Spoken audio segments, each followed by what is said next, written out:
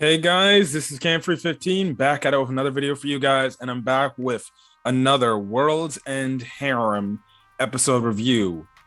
And yeah, listen, a lot of people I know like Doi, but I figured that this was going to happen to him at the end of last week's episode now that, well, his caretaker essentially forcefully took his teacher away. The organization, the UW organization as a whole, took the teacher away in order to make him meet with other girls and stuff like that. And now, seemingly, it seems like our guy Doi, who seemingly came across as a nice guy, who was a genuine good dude, has come across like a bully. Well, this episode title was Revenge and stuff like that.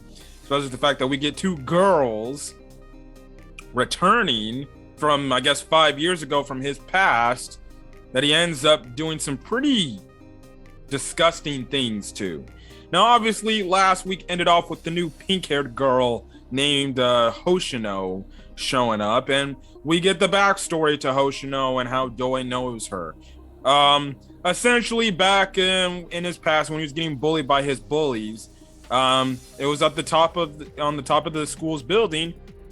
Her and her friends just showed up, and for some odd reason, they just decided, oh, that kid's getting bullied. Let's not go tell a teacher or something, or let's not go do something. Let's just sit here and eat. Her friends were like, we probably should go. And Hoshino's like, no, it's cool. We'll just eat here and, act like nothing's happening. And essentially, Doi took offense to that. So, the thing is, we kind of find out is, and I'll get to it.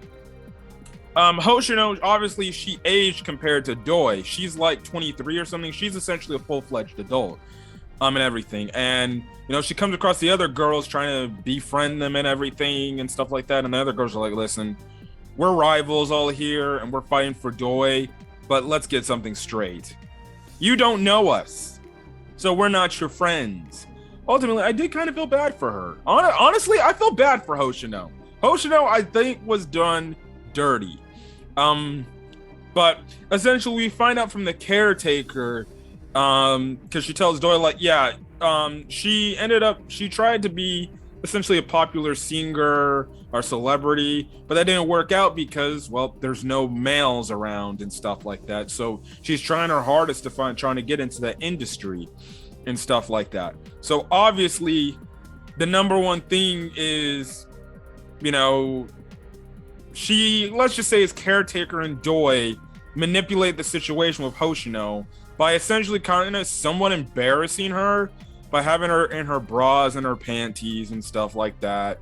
And then what is kind of even more embarrassing for her, which this starts to lead down to what I'm guessing is Doi going from a very good dude who you can sympathize with and you can feel it, to a guy where you're probably like, okay, I don't like this guy anymore. So he kind of does a pretty disgusting, horrible type of jerkish act where essentially Hoshino knows he has connections to the UW organization. He could just go to his caretaker and say, I can set you up for this. And essentially he's like, listen, come up to the top of the school building. And he does that. And obviously she's in her bras and her panties, and everything, her undergarments, I guess you can say. And Doi is like, okay, take them off. Let's get to going. Let's do the dirty, essentially. But the thing that ends up happening is, well, two random girls show up at the top of the building, which is definitely a callback to what happened to Doi. And I guess this is his way of getting his revenge on Hoshino for what she did to him. Essentially, by not doing anything or not going away or telling a teacher, just sitting there and watching it. And, well, he did it with Hoshino, and then I guess those two girls just sat there and watched it. Yeah, it was honestly kind of disturbing and kind of effed up, and stuff like that. And I always figured, and this is kind of the thing is, Doi was a bully character. when was the time going to catch up with him okay, when are the reins going to come loose and this guy's just going to go from a genuinely nice guy to straight up abuser in terms of these girls? Now, we then I'll cut over to the Rado storyline. The Rado storyline is, well, them essentially going to the hospital that could potentially be the creation to the UW or the MK virus. That's kind of what they do. We don't get much of Rato anyways. It's just kind of where we get. And the end of the episode, they're just going over to the place to find out information and stuff like that. So yeah. But this episode was strictly focused on Doi. We do kind of cut away a little bit, like a few other bits in the episode. His caretaker actually ends up talking to one of the UW people, and they're talking about that one purple-haired girl who seemingly was crazy, who works for the whole, I guess, world organization thing. Essentially, that person was telling the caretaker, hey, don't exacerbate the situation. Like, keep your toes on the ground, because who knows what she could do and stuff like that. But the rest of the episode essentially, kind of does this. He does, the one thing is, he does tell his caretaker, like, I'm actually enjoying this and everything, and I'm having fun and stuff like that. I'm spicing up my life and everything. He also asked the caretaker, like, wait, I can do it with you too? And the caretaker's like, yeah, sure. I'll do what you say. I don't know if that's foreshadowing to him doing it with his caretaker, but I'm guessing that's the case. But he says he has a few things up his sleeves that he wants to do. Now we got over to the thing where he's getting the measurements of the girls and stuff. The one volleyball chick he gets the measurements of. They not only measure the bust size and the waist size, they even measure the butt. And I'm like, watching this episode, I'm like, what? We're just measuring how thick the booty is? Okay. Essentially, it's just a thing to know, like, to get a hands-on approach for Doi to touch these girls, essentially. And essentially the nurse is like, well, this bed is, you can use whenever you feel like it and stuff like that. And of course, the nurse was in a certain situation, a position which I guess you can say gets Doi excited a bit.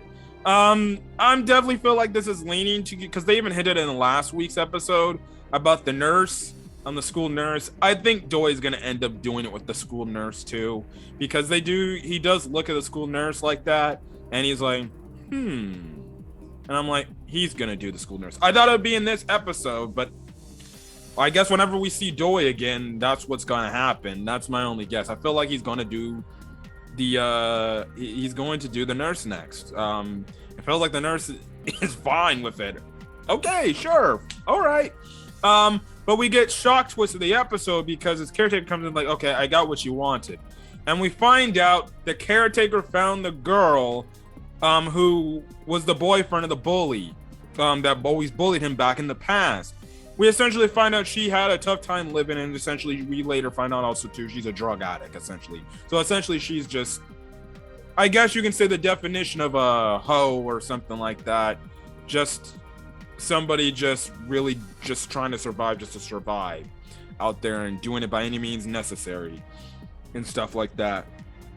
And clearly this girl is like not, cooperative, and she definitely hates Doi. But essentially the caretaker is like, yeah, you try to reject this, what's going to happen to you. Now it's not specified what's going to happen to her. I'm guessing the fact that she could end up potentially being killed or something like that. I'm guessing that's the thing. Her life's probably being held if she doesn't give in to what her or Doi says. And essentially, again, another effed up type of thing as a way of revenge. And I'm like, okay, yeah, this is going to take this guy, this is going to take Doi over the top, where he ends up becoming just an absolute douchebag a-hole now, and he feels freely with whatever he wants to do. And essentially he kind of just makes her lick the freaking bruises he's had from the bullying and stuff like that. So that was very disturbing too.